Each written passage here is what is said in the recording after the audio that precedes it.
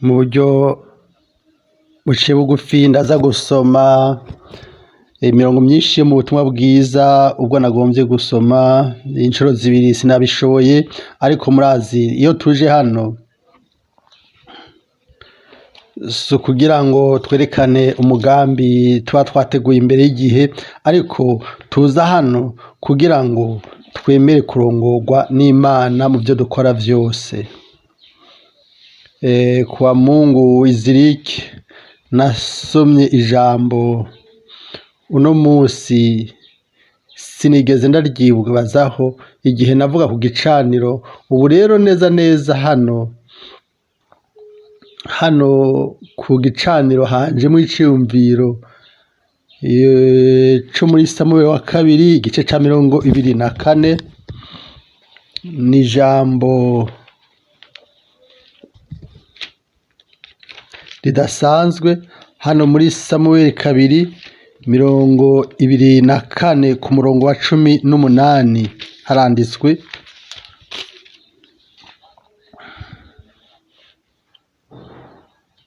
Samuel wa kabiri 24:18.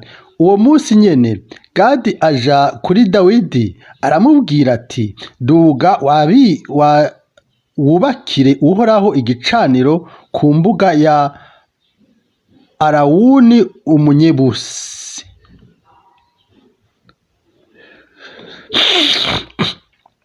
Nuko Dawidi yumvise irya Gadi araduga nk'uko Uhoraho yavuze, maze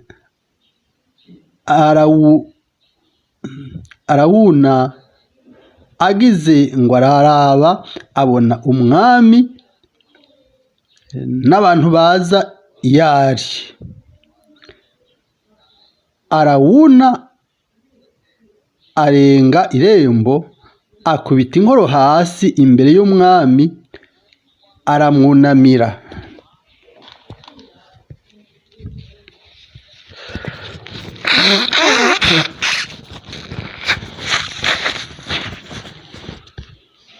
Arawuna aramubaza ati, mwami wanje nyene ingoma, uzanywe n'iki iwanje jewe umusavyi wawe? Dawidi aramwishura ati, nzanywe no kugura iyo mbuga yawe ngo nubakire Uhoraho igicaniro, kugira ngo ikiza kive mu bantu. N'amajambo adasanzwe. Murazi mwese ku mbuga niho bakubitira ingano. Aha rero hariho umugabo agomba kugura iyo mbuga kugira ngo ahubake igicaniro. Igihe uno munsi nabonye mwene data mukundwa Gesu no Fuidet Mund, naciye niyumvira imyaka myinshi iri inyuma, ni iciyumviro caciye kinzamwo ko hagati y'Igesendofu hashobora kubaho umurima w'ingano, kandi uko niko dushima ku ciyumviro cose ciza kituje ko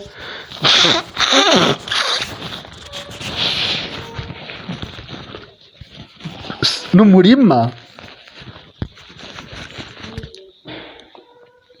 ariko si umurima gusa, n'ivyarimwe muri uwo murima, ivyabibwe muri uwo murima.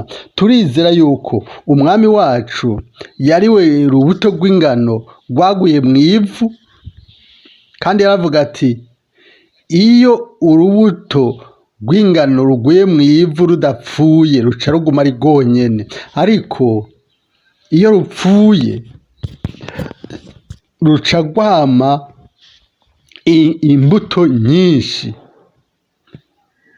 imbuto nyinshi. Bakundwa, umwami wacu mukundwa, umwana w'Imana, nk'urubuto rw'ingano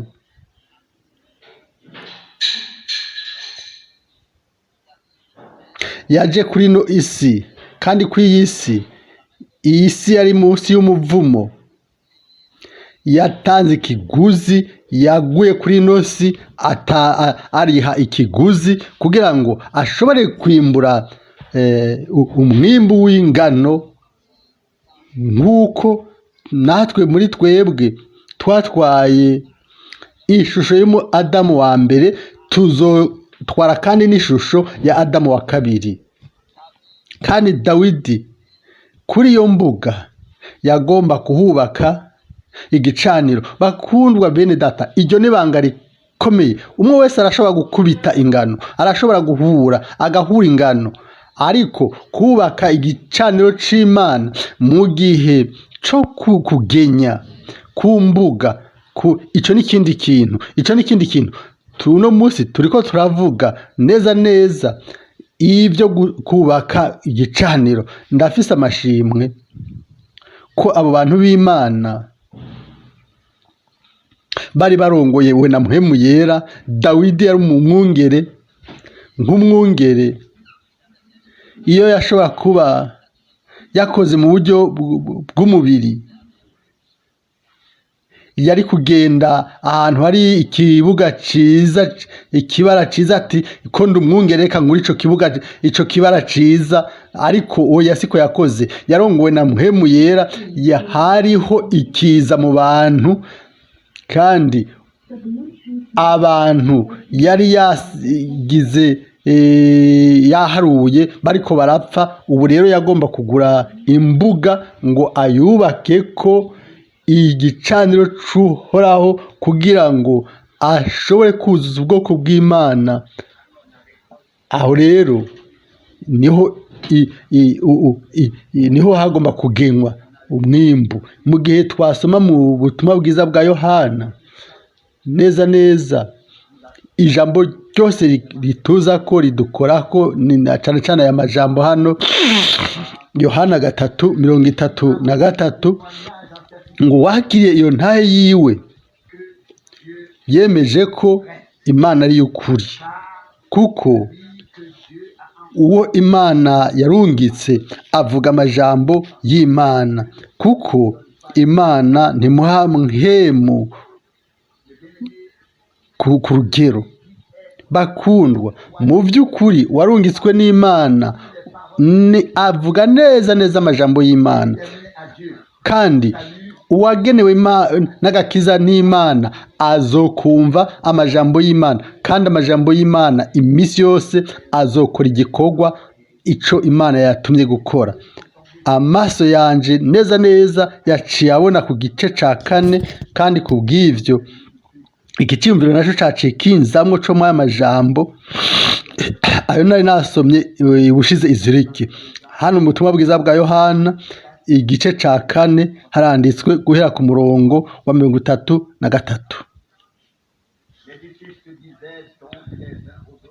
Abigishwa barabazanya bati, mbega hari uwamuzaniye ibyo kurya? Yesu arababwira ati, ndya zanje ni ugukora ico uwantumye agomba, no guheraheza igikorwa ciwe. Amen, amen, amen, amen, amen. Mbega mwebwe ntimuvuga ngo hasigaye amezi 4 iyimbura rikagera? Ehe, ndababwire, nimwunamure amaso yanyu murabe imirima ireze igeze kwimbura.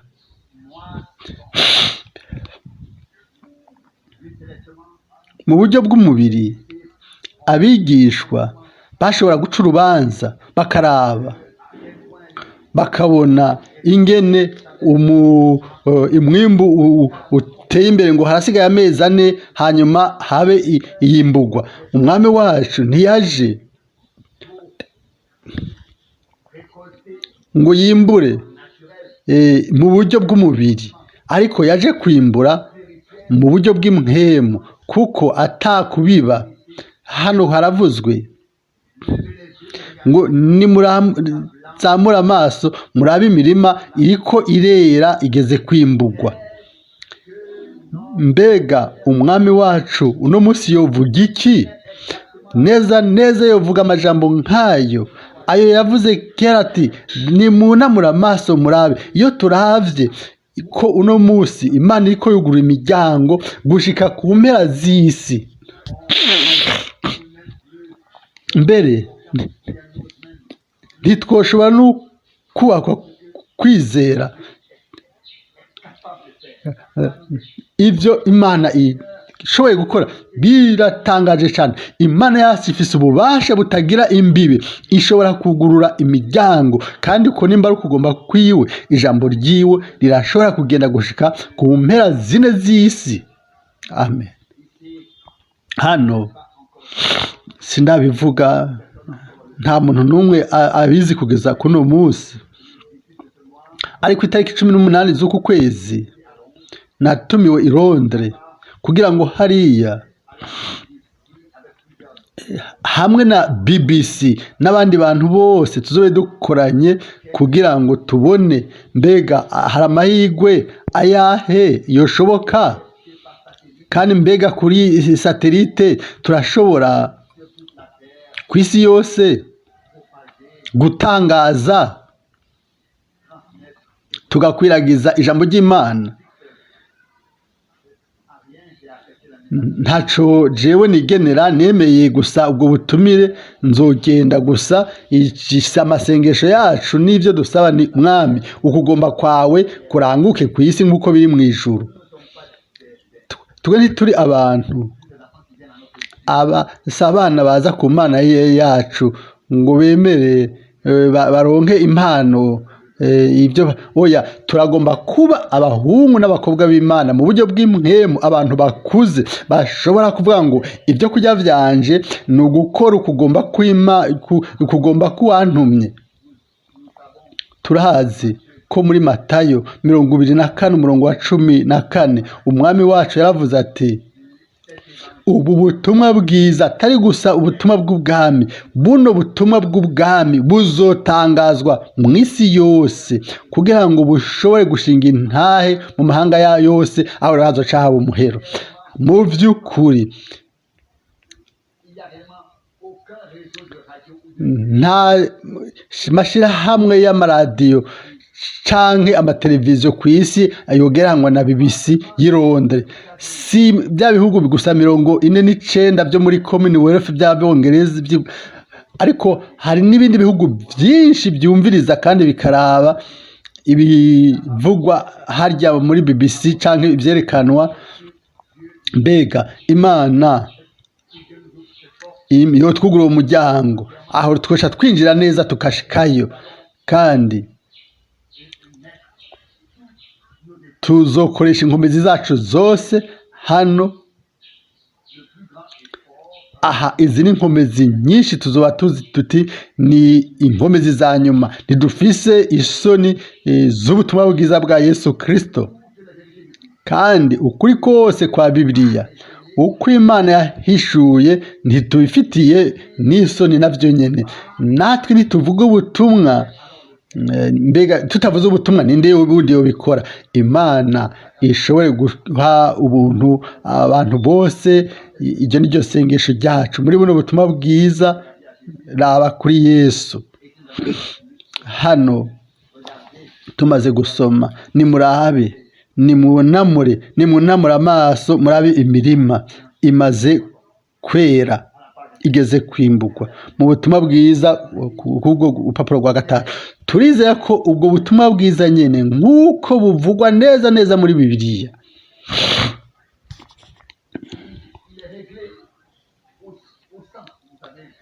bwatunganijwe neza.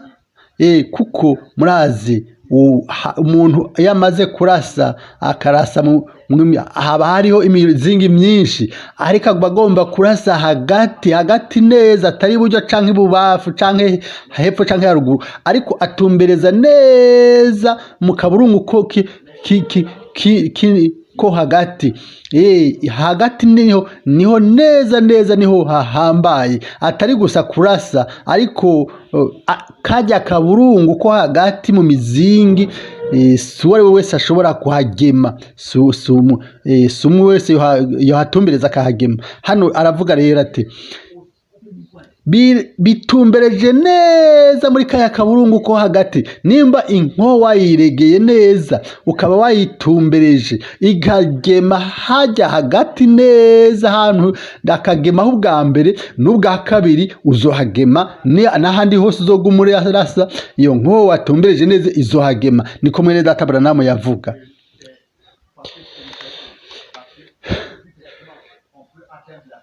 Uravye mu buryo bw'umubiri ushobora kugema muri kajya kaburungu maze ubwa kabiri ukahahusha, ariko hano ni ibintu by'imhemu. Kandi uwo muntu w'Imana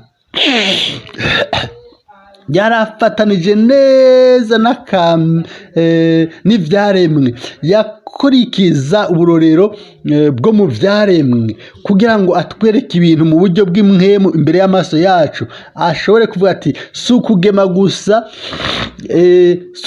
gusa ico uri kurarasa ahariho hose, oya nukugema hagati. Bakundwa, uno musi nivyo ubutumwa bwiza abantu benshi barabuvuga, ntibashobore kugema hagati neza yaho cyo bategerezwa gukora. Ico naco hagati ni guhishurirwa Yesu Kristo, niwe hagati, niwe byose byeneye nako, niho tugomba kugema, atari buryo canke bubavu. Hariho rwamugwishi ukavuga uteba yarashe, twumvise ku rusase rwageye, oya ugomba no kurasa ukagema hagati neza na hagati umurongo, ngo nimba igiti canke umuzabibu wozana ishami maze iryo shami rikazana ivyamwa runaka, aho rero ishami rya kabiri rizomera kuwo muzabibu,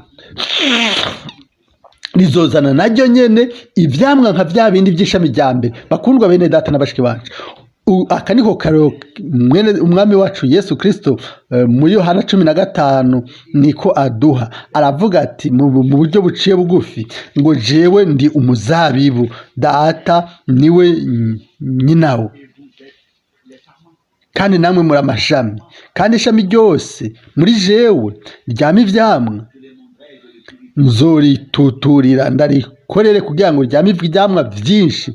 Hano Mwene Data Frank avuga ikintu gikurikira ati Yesu niwe shami, natwe niwe muzabibu, natwe turi amashami. Guhera ku ishami rya mbere ry'ishengero rya mbere, iyo umuzabibu watanze, aho rero baciye bandika ibyakozwe n'intumwa. Amen.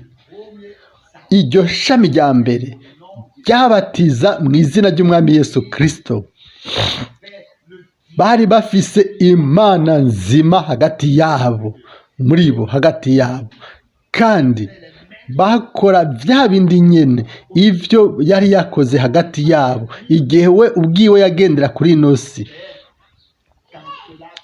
Aho niho abantu niho baciye bamenya yuko uko bari kose batari bazi gusoma, baciye bamenya bati aba bantu barabanye n'umwami Yesu, kuko ubuzima bwiwe bwari bwagaragajwe nabo. Nk'uko ubuzima bw'Imana bwagaragaye muri Kristo Yesu, uko ni ku buzima bwa Kristo mw'ishengero bugaragara. Mwene Data Frank atwereka akatubwira ati nimba uruzabibu ku ntango rwemeye rukamera rwameze ishami, maze ibyakozwe n'intumwa bikaba byaciye byandikwa kuri iryo shami, birakwiye ko rero n'irindi shami rimera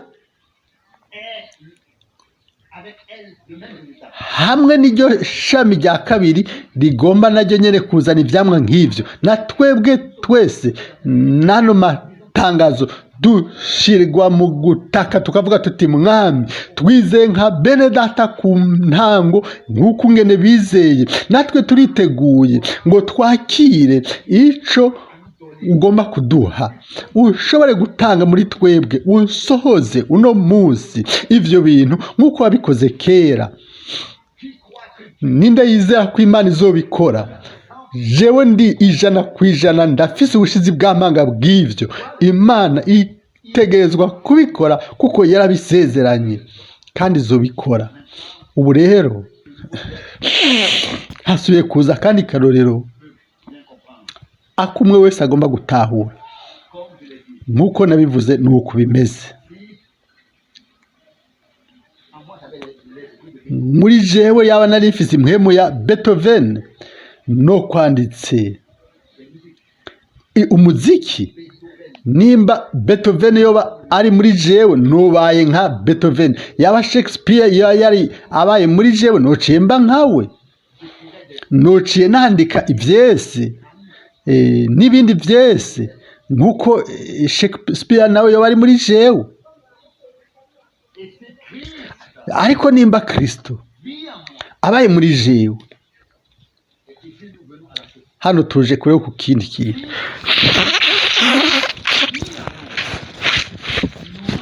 Nimba Kristo abaye muri twebwe, tuzokora neza ibikorwa vya Kristo. Birakwiye ko bigomba kumera uko. Ico Kristo yari ijambo, yaravuga ati nimwaguma muri jewe, amajambo yanje akaguma muri mwebwe, aho rero nimusabe ico mushaka kandi ico muzogihabwa. Ijambo riri ngaho, ariko gusa rikeneye umuco. Umuco uriha ubuzima. Umuco uriha ubuzima ijambo riri ngaho, ryarahishuwe, twararyumvirije, twararyakiriye kandi turaryizera.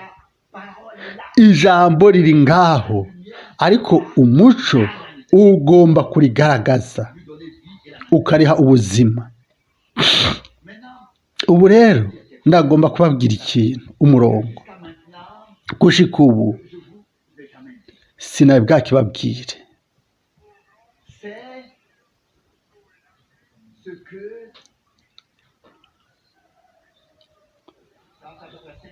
Haraheze imyaka hafi 5 canke irenga, aho niho twaravye haraheze imyaka 5. Ugukwega kwa gatatu kwaragaragajwe, mwese ndazi ko muzi icarico. Hano aragabisha ku bantu bakiri bashasha hagati yacu. Hariho ubusongero butatu mu bukozi bwa Mwene Data Frank. Ubusongero butatu: ubukozi bwa nyuma, ikintu ca nyuma, gasongero ka nyuma yerekanye ikico kintu ca nyuma. Ugukwega kwa gatatu, uguhishurwa kw'amabanga y'Imana yavuzwe mu buryo bw'imfunyo bwerekana ukugarukanwa kw'ibintu byose, ko ku mpera ishengero ritegerezwa guhagarara nk'uko ryari rihagaze ku ntango. Hano aravuga ikintu gikurikira, ugutangaza. Mwibuke ivyo, nta kwigana ivyo bintu bizobaho. Ivyo ntibishobora kwiganwa, ivyo ntibishoboka, ntibishobora kwigana. Aho rero naho ivyo jewe navyeretswe yuko vuba ibyagaragaye mu gace gatoya bizogaragara burundu mu buryo buramvuye, mu buryo bwagutse, mu buryo bwuzuye, kugira ngo kuba kumwe nawe mu bigaragarizwe. Ariko ivyo ntibizotanga igikorwa gikomeye cyane mpuzamakungu mu gihe cyose inama mpuzamakungu y'amashengero itazo biratangura guhana. Aha rero dufise neza itangazo.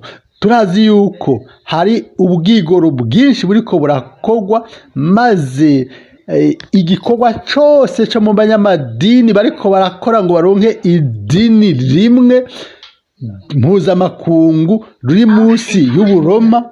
Ibintu bizogenda biba bibi cyane kuri abo bose batazogira umugabane mw'uwo muhari, abantu batazokwemera igishushanyo c'igikoko. Ibintu ntibizoba byiza kuri bo, ibintu bizoba bibi cyane kuri bo, ariko Imana izokora nk'uko bitigeze kubaho, izobiyereka. Bazohebwa n'abantu ariko ntibazohebwa n'Imana. Reka duhitsemo guhebwa n'abantu bose, ariko atakiguzi kiriho co dutandukanya n'Imana, kuko turazi igihe umwami wacu yagomba kuvuga ati mana yanje kubera iki wampevye, ni iki kikumpebesheje? Mbega byasobanura iki kuri we? Turazi inyuma y'uko tuba tumaze kujujwa nawe tukigomba kandi gutandukana n'Imana. Amen, amen, amen. Ubu rero mwene data Branham ariko aravuga irindi tangazo ati gushika uno munsi twashoboye kwigana ibintu byose, ariko ico gihe nicashika aho agahamo kazotangurira.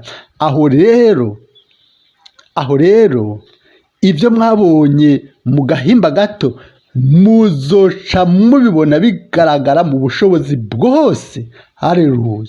Ariko bakundwa, ubu twicaye hano no munsi mu ntango z'ukwezi kw'icenda kwa 82, kandi turasugumwe cyane gushika ku mpera, tugatakishwa tukavuga tuti mwami, tugomba kurindira mu gushika ryari ko biriko biratunanira kwihangana. Hano tubwirwa ngo ubwa mbere birakwiye yuko igihe gishika aho ibyo twabonye bigaragara mu gahimba gato bigaragara mu bushobozi bwose, bikagaragara mu buryo buramvuye. Mbega je no bikora kwiki? Imana yashoboye gutegura ibihe bimwe ibyagomba gushika mw'ico gihe, igihe cyabyo gishitse bisohora. Ikintu kizwi neza kitabesha nuko ibintu bitazobandanya gutebagana. Kera uko niko bwiwe yavuze hano, yagombye kurindira imyaka 5 kugira ngo abone ico Imana yari yamuhishuriye, ibyo Imana yari yamumenyesheje. Hano turafise kandi igihe cyo kurindira inyuma yacu, ntituzi mbega bizotwara igihe kingana gute, tugomba kurindira igihe kingana gute. Ikintu kimwe tuzi niye neza, igihe nicashika aho rero Imana neza nizo tureka ahita twishuye. Tuzobandanya dushishikare mu kwizera kuzuye, imitima yacu ishingiye mu masezerano y'Imana. Gushika uno munsi haracariho benshi ibintu byinshi bikumbure bitariko biragaragara byerekane itandukaniro. Hariho imihari myinshi yo mu buryo bw'amadini, impano za mpwemu impano za mpwemu hariya Kristo hariya, ariko isaha y'Imana izoshika, isaha y'Imana izododora, aho igikorwa c'Imana ubwayo kizoba ari c'ubushobozi bwinshi, mu buryo abantu bazoca babona itandukaniro. Amen, amen. Hano kandi aravuga itangazo. Haleluya. Ibi bihuye n'ivyumviro vyanje. Ico kintu simvuze ko umwami yabimbariye,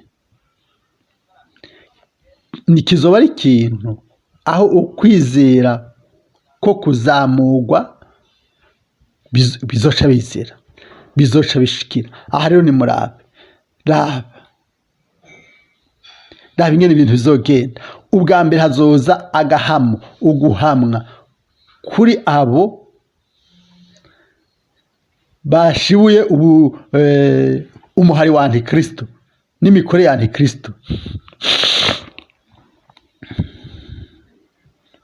Uko niko natwe nimba twinjiye mu muhari wa Antikristo, ntituzoronka ivy'Imana izobikirakorana mu gihe cya nyuma. Tugomba kubanza gusohoka, kuko Kristo azobanza kwiyeka abiwe, abiyereke agaragare muri bo, maze kubw'ico gikorwa gihambaye kidasanzwe ca mpwemu yera, ukwizera ko kuzamurwa kuzoca kuza. Mu gihe tugomba gukizwa, turakeneye ukwizera ku bw'agakiza kacu. Nimba tugomba gukira indwara, dukeneye ukwizera ngo dukire indwara. Nimba dutegerezwa kuzamurwa, naho dukeneye ukwizera kugira ngo tuzamurwe. Amen. Dukeneye ukwizera ko kuzamurwa. Bakundwa, imbere yuko haza ukuzamurwa, Imana ubwayo izokora mu buryo abo bose bazogira umugabane mu izamurwa bazoshobora gufatwa n'uko kwizera kwizamurwa, ego bashobore guhezagirwa mu buryo bwinshi, nta muntu azobaka ivyo, maze bukwi na bukwi tuzamurwa tuve ku isi tuduge mu ijuru. Hano aravuga umurongo ati, mwibuke ivyo namwe abumva, abazokumva ino kasete. Amen. Namwe muzokumviriza ino kasete, neza neza muzoca mubona mu bukozi bwanje uguhinduka, apana atari kugabanuka, ariko ugusubira inyuma. Ubu rero turi imbere y'iyo saha y'ugurungano. Ibintu ntibishobora kubandanya uko biri. Turagomba turindire gushikaho ivyo bishika, kugira ngo turonke ubufatane n'ivyo bintu. Twese twokwifuje kugenda tutaruhuka. Ubwoko bwa Isirayeli bwategerezwa kwitwararika cyangwa kwimenyereza ikintu neza neza. Habaye ibituro 40 muri iyo myaka 40 mu bugaragwa, ariko n'igihe gusa inkingi y'umuriro yahaguruka, ubwoko nabwo niho bwahaguruka bukabandanya. Ntibashobora gukora ibyo bagombye byose, bategerezwa kurindira gushikaho igihe c'Imana kiza kugira ngo babandanye kugenda. Birakwiye ubwa mbere yuko uwanyuma ahamagarwa ngo asohoke imbere yuko abandi bose bashobore kuzuzwa. Mbe muratahura ivyo? Kiretse gusa uwanyuma, umwana wanyuma w'Imana amaze guhamagarwa imbere y'igihe, uguherahezwa, ugutungana ntigushoboka, n'ukuzamurwa ntibishoboka. Rero birakwiye ubwa mbere ko umuhamagaro wo gusohoka ugomba kumvikana mu isi yose imbere yuko uwanyuma yinjira, maze ibyanyuma bigasohora mu mukuku w'abahamagawe ngo basohoke. Rero tugomba kwihangana, ntitwidoge, ariko turindire cyane ku Mana. Nubwo biruko turuhukire mu Mana. Bishobora kumvikana ko ari ibintu by'ibihushana, ariko birashoboka kuronka ugusugumwa, ugutakisha uti o Mwami, kandi co kimwe ukavuga uti Mwami nduhukiye muri wewe. Mbega ibyo si byiza cyane? Ku ruhande rumwe kuruhukira mu Mana, ku rundi ruhande ukuzana akamo ko gutaka mu bugingo uti o Mwami nijyariga Mwami, ariko ukavuga uti ndazi kutazotebagana. Bakundwa,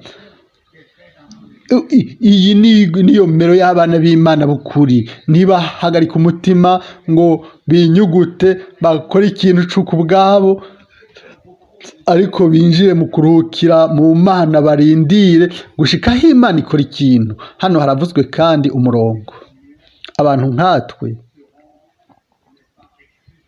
bazokwankwa n'abantu bose, bashibwe n'abantu bose. Aha havuzwe amadini no kwiyunga kw'amadini, ati nk'abantu nkatwe bazosuguma bateregwe hanze ya byose. ntituzoba tugifise ububasha uburenganzira bwo kubikora tudahanywe, ntituzoba tugifise uburenganzira, hazoba hamaze gushirwako ikimenyetso. Igihe kizoshika hakaza agahamo, muzosha mushibugwa hanze. Aha rero mugabire ku byo mpejeje, ibyo ngira ndababwire, mugabe mu byo ngira ndababwire mu minota ikurikira. Ibi navyo ni imvugo ifohoye. Igihe nicashika aho abana b'Imana b'ukuri bose bazoba bahamagawe ngo basohoke, bakaba bamaze gusohoka. Aho rero igihe c'Imana kizoba gishitse, umwami azokwigaragaza mu buryo bw'inkomezi. Hano haravuzwe umurongo, turi hafi cyane y'ivyo bintu nk'uko twovyibaza. Sinzi mbega bizoba ryari, ariko biri hafi cyane.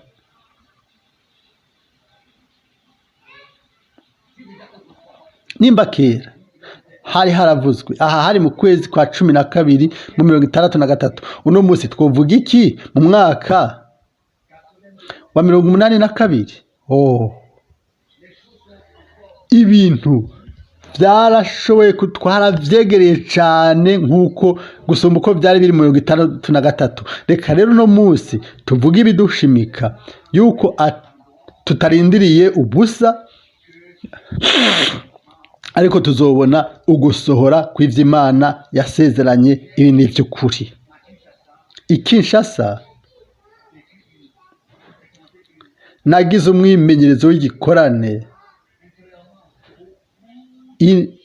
wankoze ko mu bwina, ndabwirwa ngo uku niko bizoba bimeze igihe igikorwa c'Imana kizotangura. Neza vyaciye bizako ku mpera y'ubutumwa bwiza, Mwene w'Imana yaciye aza kuri jewe, nca mvuga igikurikira mu vy'Imana izokora. Itandukaniro ry'ivyo Imana izokora bizoba ari ibi bikurikira. Gushika uno munsi umuvugabutumwa avuga ubutumwa bwiza ku gicaniro, agakoresha impano yo kwizera y'ibitangaza n'impano ya mpwemu, ubwoko bwicaye ngaho. Ariko guhera ubu, inyuma y'uko ijambo ry'Imana rizoba rimaze kuzanwa, ukwizera kuzozanwa no kumva ubutumwa bwiza muri ba bandi bumva ijambo.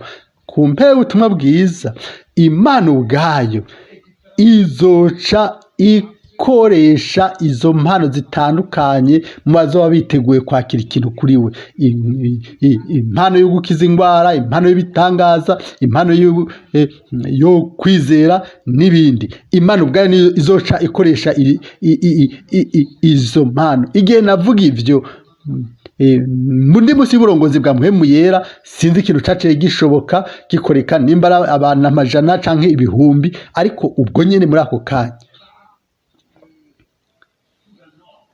atari ku itegeko, ariko nk'igihuhuta buno nyene mw'iryo gugu ry'abantu ibihumbi, abantu batanguye gukoma induru ngo ndakiza indwara, ngo iki na kiriya.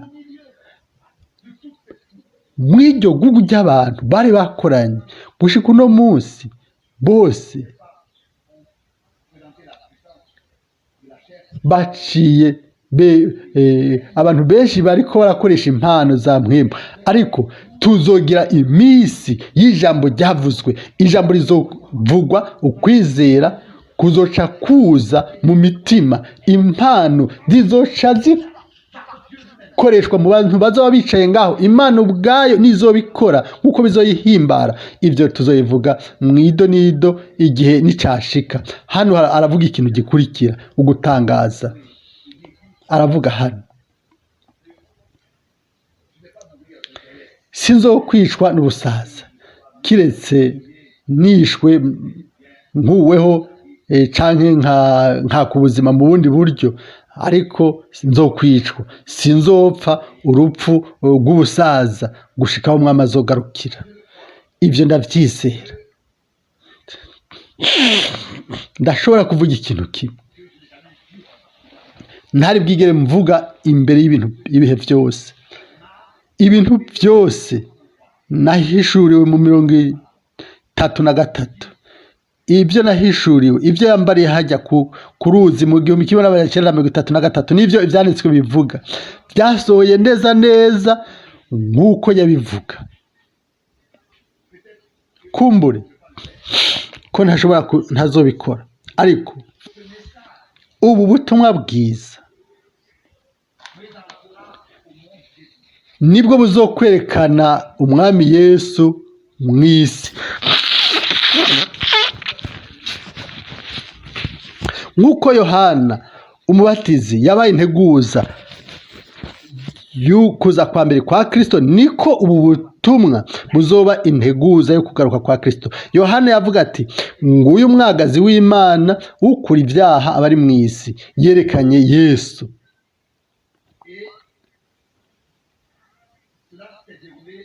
Ivyo byabaye kandi mu buryo bubangabanganye ahantu hose, kandi ndazi ko nibi niko bizogenda. Ubutumwa buzobandanya kuzanwa, kandi neza neza aha nimureke mvuge ikikurikira, kuko hariho abagabo bibwira ko hariho undi muntu azoza. Aha Mwene Data Frank aravuga ati, ibi bigenda bibangabanganye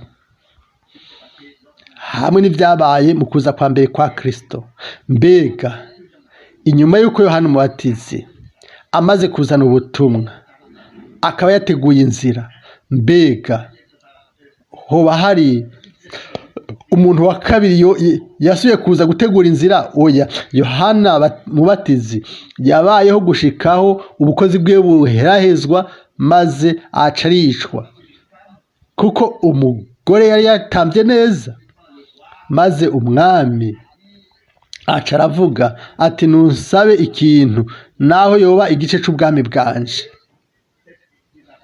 Uwo Jezabeli aca asaba umutwe wa Yohana umubatizi, kandi wa muhanuzi w'ibihe byose yagomba gutakaza ubuzima bwiwe, kumbure mu buto bwiwe. Twese turibaza ati, Mana waramurungitse, uremera ko umugore nk'uwo atamba hariya? Wemera yuko ashobora gusaba ikintu nk'ico maze hanyuma umuhanuzi bamuca umutwe? Mbega uno munsi byo byagomba kuba ibintu byogomba kubandanya gute? Twoshobora uti, mwene Mana washoboye kurungika Mwene Data Frank umuhishura ibintu byinshi bizoza, maze uremera yuko umuntu aca aza akamwinjiramwo mu muduga iminsi 5 inyuma agacapfa. Yohana yari yarangije ubukozi bwiwe, Mwene Data Frank nawe yari yarangije igikorwa ciwe. Abo bose uko ari babiri baciye bitahukira imbere yuko umwami aheraheza igikorwa ciwe. Itegeko rya Yohana umubatizi ryari ryaheze, ariko igikorwa cyo gucungura igorogota nticari bwarakore. Mwene Data Yohana arangije igikorwa ciwe yaratashe. Umwami nawe aca abandanya n'abiwe nk'umucunguzi, nk'umukiza, yaciye atanga gucungurwa. Mwene Data Frank yarangije igikorwa ciwe, ariko umwami ubu rero azobandanya n'abiwe gushika aho abacunguwe bazoherahezwa, bakezwa, bagatunganywa. Ntidukeneye ko haza uwundi muntu wa kabiri, ariko ukugaba kwacu kwazanywe kuri wa wundi Yohana umubatizi. Kandi ni Mwene Data Frank atugabisha ati, nguwu umwagazi w'Imana kuri ibyaha bari mu isi. Natwe tuzokwirinda ko twozana abantu ku muntu mu buryo burongorotse cyane. Ukugaba kwacu, kuba maso kwacu, ni kuri uwo no ku mwami wacu Yesu Kristo, twaje ku mwami Yesu Kristo, niko bizoguma gushika ku mpera. Kristo niwe bwina bw'ubutumwa bwiza bwose tuvuga, ni uwa mbere n'uwa nyuma, ni Alfa na Omega, niwe yatanguye, niwe azoheraheza gushika ku munsi wo kugaruka kwiwe. Muri abo bose bizeye n'umutima wabo wose, bakundwa, Imana ishobore guhezagira muri twebwe ayo majambo yose, iyandike mu mitima yacu kugira ngo ntidushobore kuyibagira na rimwe, kuko tubayeho mu gihe ico abantu bavuga ibintu byinshi cyane. Ubwoko bwaratabaguwe ahantu hose, ariko nimba dushikamye tukaba dushinzwe, ibihuhusi naho vyoza, imiyaga n'imisobanuro z'abantu zoshobora guhuhuta, ariko bizohuhuta iruhande yacu ataco bitugize. Tuzoguma dushikamye kandi tuzoguma mu vyo Imana kubw'ubuntu bwayo yaduhishuriye. Amen. Ibyo kenshi birambabaza mu mutima n'umusonga iyo ntegezwa kubona ko inyuma y'imyaka myinshi y'inyigisho abantu batwawe n'ibintu bitandukanye, nkaca nibaza ikibazo, mbega kubera iki bicaye iyo myaka yose ku ntebe? Ikibazo ca kabiri, mbega vy'ukuri mu kwizera waba arakira ijambo ry'Imana muri iyo myaka yose? Nubwo biri uko, mfise ubushizi bw'amanga ku benshi bazoba ariho bari, bazobona inzira, bategerezwa gukora imyimenyerezo, bagomba kuronka imyimenyerezo nkawe nanje, kuko Imana irashoboye hamwe n'uwiwe wese kuzoshika ku ntumbero nk'uko twiteguye ngo ukugomba kwacu tugushire mu kugomba kwiwe. Tuvuge mu ncamake, ku mbuga igicaniro cagomba kubakwa, kandi kw'ico gicaniro c'Imana cubatswe. Aho rero ni nyuma y'uko y'ugusarura niho hagomba kwimburwa. Imana itugirire ubuntu dushobore gutahura yuko igicaniro cose ico umuntu azamuye gifise isobanuro imwe, n'ukuzana kandi kw'ico gicaniro ikimazi c'Imana ngo twizuzegwe n'Imana kubw'amaraso yamenetse, kandi ivyo navyo vyabaye kuri twebwe twese ku musaraba igorogota. Ico gicaniro c'Imana, umusaraba n'uwabambwe,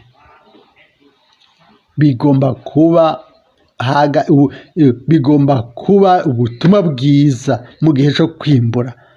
Umwami wacu yaravuga ati, ninamara kumanikwa hejuru y'isi zo kwikwegera ko abana b'Imana bose, abantu bose kuri jewe. Yohana 12:32.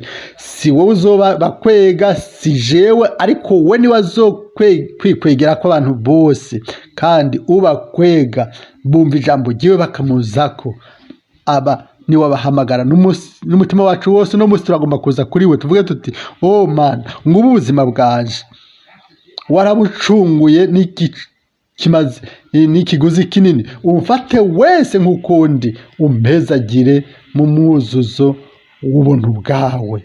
Kandi Imana mutunzi w'imbabazi, umutunzi w'ubuntu, imbere yiwe hari imbabazi n'ubuntu.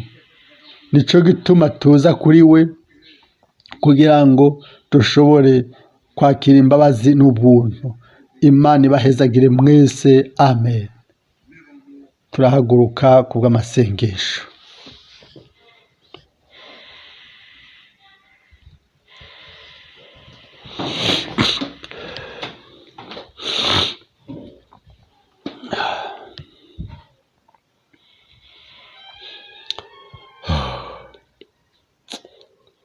Oh, grandi.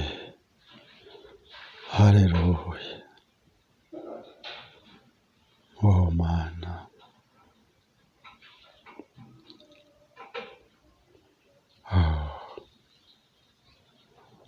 ndaje ndaje. Oh bakundwa, turagomba kwakira amajambo mu mitima yacu kuko arahambaye cyane, arahambaye cyane, kugira ngo ntihagire umuntu yokora ikintu ciwe bwite maze hanyuma ngo abizane ko ari igikorwa c'Imana. Ariko twebwe nk'ibitwazi y'amasezerano y'Imana dushobore kurindira gushikaho umwami abisohoza. Ikintu tugomba gukora, turagomba kubaka igicaniro c'Imana, maze twebwe tuce twishira kw'ico gicaniro. Twebwe nk'abapfanye na Kristo, twapfiriye muri Kristo, twahambanywe nawe kugira ngo tuzuranywe nawe, kugira ngo tugende dufise ubuzima bushasha muri Kristo umwami wacu. Twifate gutyo nyene. Iyo niko gasongero k'ubutumwa bwiza n'agasongero ko gucungurwa na Yesu Kristo umwami wacu. Twakijijwe n'inyigisho canke ubumenyi, ariko twakijijwe n'amaraso y'umwagazi w'Imana. Twacunguwe ku musaraba igorogota, kandi abo bose b'Imana bumva ijambo ry'Imana, kandi ijambo ry'Imana ntirishobora gusubira inyuma ubusa, ariko ubwa mbere rikora ico ryatumwe gukora, kuko ni mwemu atanga ubugingo. Nico gituma ritanga ubuzima bw'Imana mu buryo bw'imwemu. Imana muri abo bose baryakira bakaryizera, bakaryizera mu kwizera. Twese hamwe rero turagomba ko nk'uko umwe wese mu mutima wiwe avyiyumvamwo, turagomba gushimira umwami Imana, tumuzanira ivyubahiro. Amen.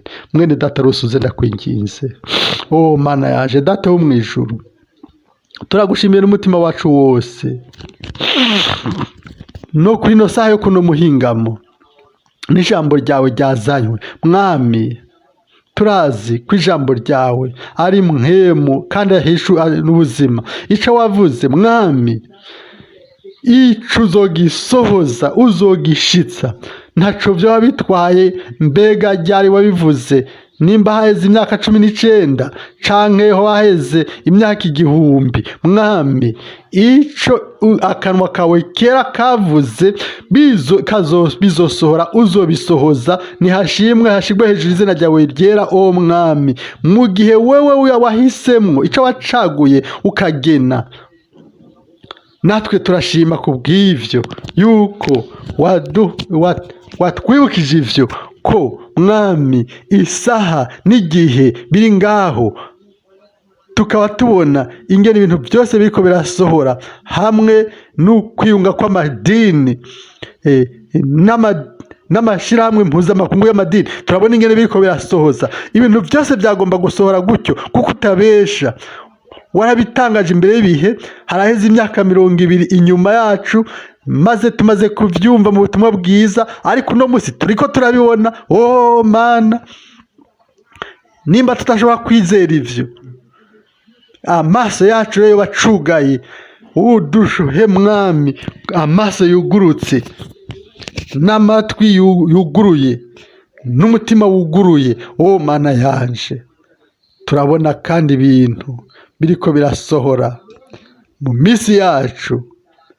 Turagusenga, turagushimira mu bwina bw'imitima yacu. Mwami, turindiriye igice ca kabiri kizoba ari c'ububasha, ariko Mwami, atari nk'uko tubigomba, ariko ukugomba kwawe kuranguke.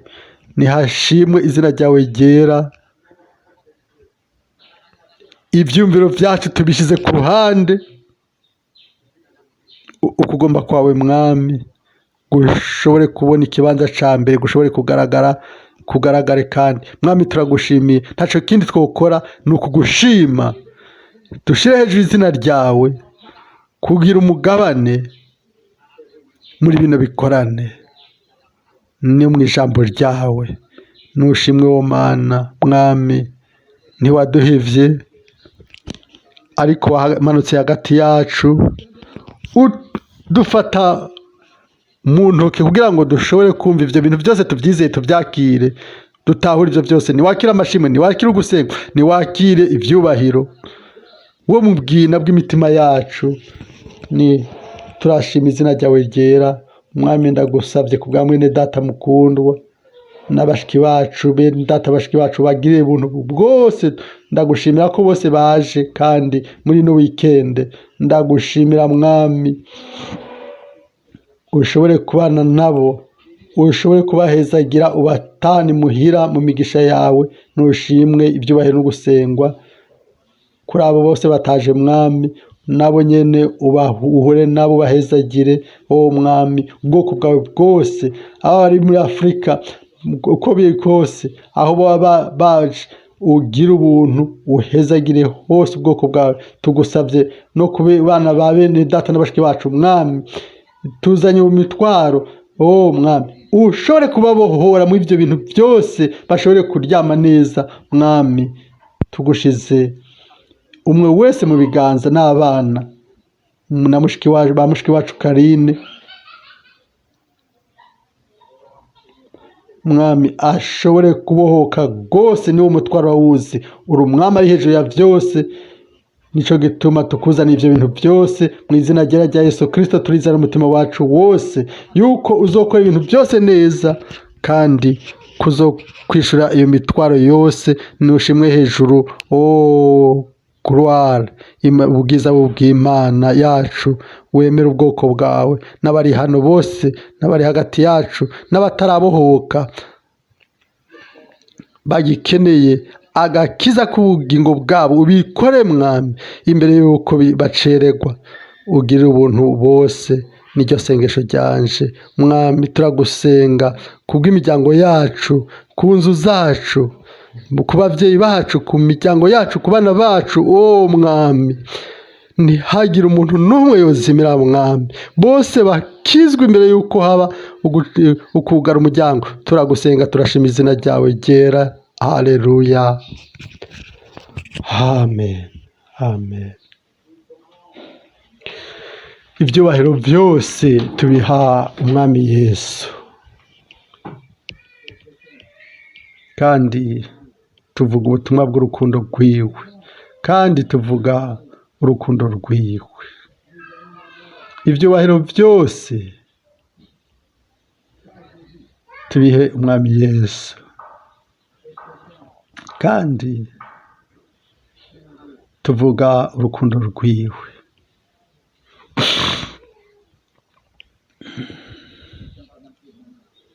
Basubiye kuririmba bya bindi nyene mu Congereza.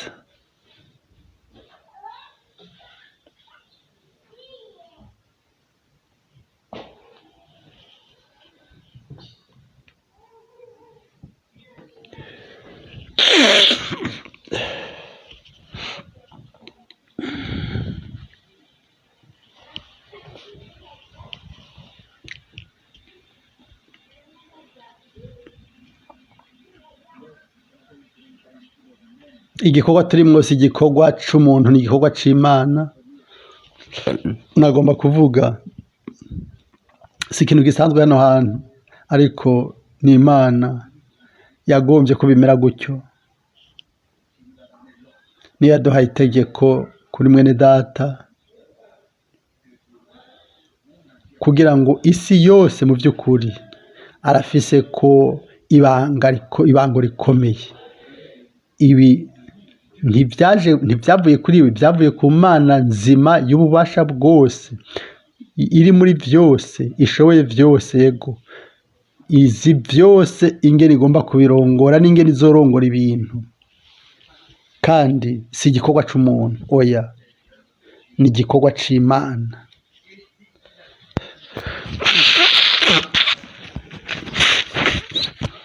Nimba yicaguriye umuntu, yaramuhicaguye, uwo muntu agomba kugenda, yaba abigomba canke atabigomba. Ni munyereko muri Bibiliya uwagomba gufata ingendo, uwagomba kugenda ninde? Nta numwe. Na Paulo ubwiwe yashoboye kuvuga ati nzoba ngowe nintavuga ubutumwa bwiza, nintakora iby'Imana yategetse. Ryari itegeko bategetswe kugenda. Kubera iki? Kuko umwami yari yabigombye, kandi ko umwami yari yahamagaye akagena ibintu gutyo. Uko niko dushimira Imana ko tutari mu bintu by'iwacu, ariko umuntu bwiwe bwinshi mu gikorwa ciwe, ibyubahiro bibi vyiwe. Bakundwa bene data n'abashiki bacu, ubwanje nagomba mwese kubashimira no kubaramutsa ko mwaje, kandi twese hamwe tukaba twasangiye kandi tugasangira n'umwami. Ndizera yuko ari amasaha tutazigira twibagira, kandi ibikorane bizogira ubuzima muri twebwe, kuko ijambo ry'Imana rigomba kugira ubuzima muri twebwe. Atari uko tuzoba twararindiriye ubusa. Nihashimwe hashigwe hejuru izina ryiwe ryera. Turagomba kurangiza kuko benshi barafise urugendo rurerure basubira imuhira. Turirimbire hamwe kano karirimbo gato 532, nihashimwe umugozi utubohera mu mwami. Mushikame gushika hazogarukira, twese hamwe dufatanijwe n'urukundo rwiwe. Nihashimwe umugozi uduhuza mu mwami.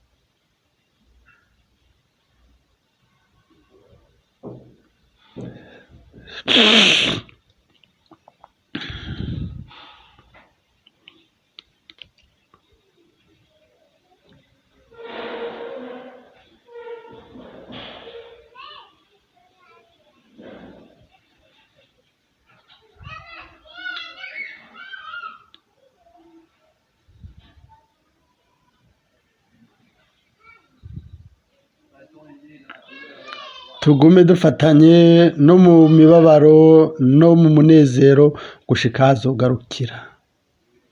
Hashimwe hashigwe hejuru. Turasubira kandi haguruka kubw'amasengesho ya nyuma. Mana nyene ububasha bwose, tugushize mu biganza bene data n'abashiki bacu. Turagusaba mwami, uherekeze bose bashobore, umwe wese mu kibanza ciwe, abe umugisha ku bandi. Mwami wacu, gushikaho twoshobora kuvuga tuti uno munsi udufashe twese udushoboze. Turagusavye no kubwa mwene data wacu mukundwa, umukomeze umwirure kubwo urukurikirane rw'inzira aho wamushize, abe umugisha kuri benshi. Niryo sengesho ryacu twese, utugire ubuntu twese, turagushima, turagusenga mu izina ryera rya Yesu. Haleluya, amen.